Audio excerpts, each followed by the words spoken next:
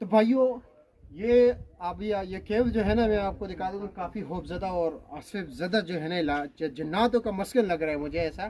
तो आपको अंदर लेके जाता हूँ, काफ़ी गहराई के जो है ना, इनके अंदर काफ़ी गहराई है। तो चलो जी देखते हैं कि क्या है आखिरकार।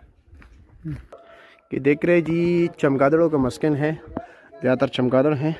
और अक्सर अवकात ऐसी जगहों पर जब इंसान जाता है ना, तो यकदम वो चमगादड़ों का हमला भी होता है। अब ये एरिया देखिए जी, उधर उस तरफ हमने जाना है, ठीक है।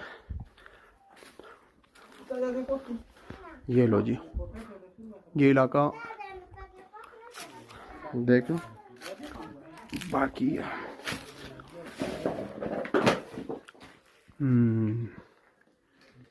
इस तरफ भी काफ़ी जो है ना, ये आगे तक जा चुका है लेकिन काफ़ी तंग जगह है उस तरफ भी। और ये जगह जो है ना, ये उस पार पहाड़ के अंदर से ही निकलता है।